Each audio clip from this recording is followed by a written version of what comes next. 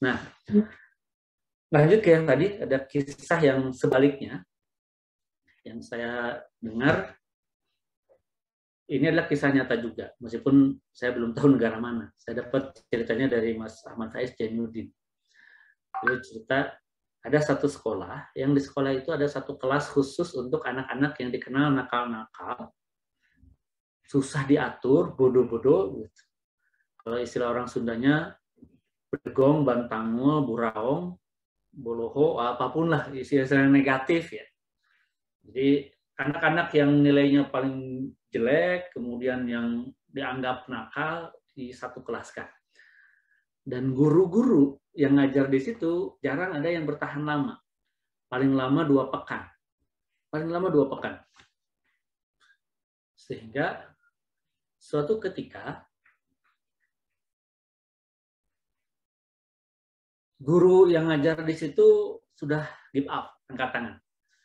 Akhirnya sekolah kemudian mencari guru baru, dibuka open recruitment. Setelah recruitment, yang diterima ada seorang guru perempuan. Guru perempuan ini kemudian ditugaskan untuk mengajar di kelas tadi. Guru-guru yang lain, wah biasa, saling bisik-bisik. Kita lihat nih, tahan berapa lama guru yang ini. Hari pertama bekerja, guru itu masuk dengan sumringah. Guru-guru yang lain, wajar, hari pertama dia belum tahu aja kelasnya seperti apa. Dan masuk ke kelas itu, ketika keluar, masih tampak sumringah. Guru-guru yang lain, maklum hari pertama. Kita lihat besok juga mungkin udah mulai ngeluh dan angkat tangan, nggak mau lagi ngajar di kelas itu.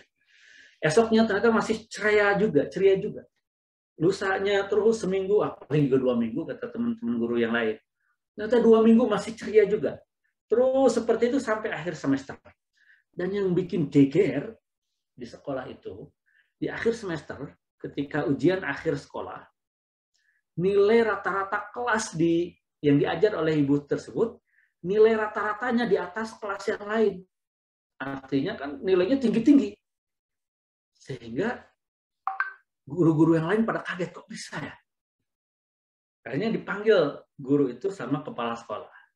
Ditanya, Bu, saya ingin tahu apa sih rahasianya, sehingga nilai di kelas Ibu rata-ratanya tinggi, di atas rata-rata kelas yang lain.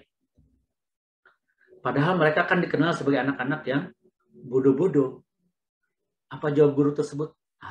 Bodoh? Kata siapa, Pak? Bentar, Pak. Kemudian dia ke mejanya, ngambil berkas, bilang ke kepala sekolahnya, Pak, kenapa Bapak bilang anak-anak itu anak-anak yang bodoh? Bukankah mereka anak-anak pintar, anak-anak jenius? Kemudian diperlihatkan berkas. Ini nilai IQ mereka kan? Jadi rupanya guru itu mispersepsi. Dia dapat berkas, di situ ada 146, 153, 137. Dikiranya itu nilai IQ, padahal itu nomor locker. Nomor locker tempat nyimpan barang-barang anak-anak itu. Dikiranya itu nomor IQ. Artinya guru itu ketika dapat kelas dan dia baca itu, saya dikasih kelas anak-anak jenius. Dia mempersepsi begitu. Kemudian dia ketika masuk kelas, ya, halo anak-anak jenius, assalamualaikum. Mungkin kalau di kita, walaupun ada anak yang nakal dan sebagainya, ada yang ya, cuek, maklum anak jenius. Dan kemudian dia memperlakukan anak-anak itu sebagai anak-anak jenius. Dan ternyata ketika diperlakukan sebagai anak-anak jenius, potensi-potensi mereka itu bertumbuh dan berkembang, kompetensinya itu muncul. Jadi sebuah kompetensi, kemampuannya itu muncul. Dan prestasinya jadi di atas rata-rata. Perhatikan, bedanya dengan yang tadi kan jelas. Kalau yang tadi IQ-nya sebenarnya tinggi, nilainya rendah. Kalau yang kedua ini, IQ-nya kita nggak tahu. Cuma anggaplah rata-rata misal. Ternyata nilainya di atas rata-rata.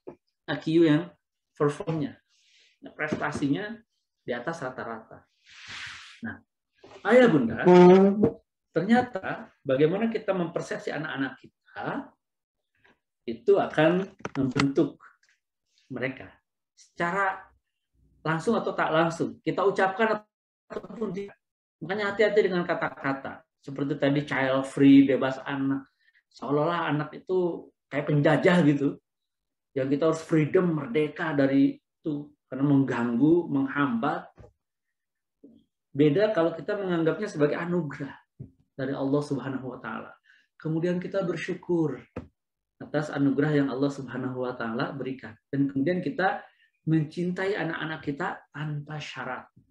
Tanpa syarat. Karena kadang ada yang mencintai anaknya dengan syarat. Syaratnya nilainya ranking 1 atau terbaik di kelasnya. Kalau nggak begitu, seolah-olah tidak dicintai dan itu nyampe ke anak-anak, merasa anak itu.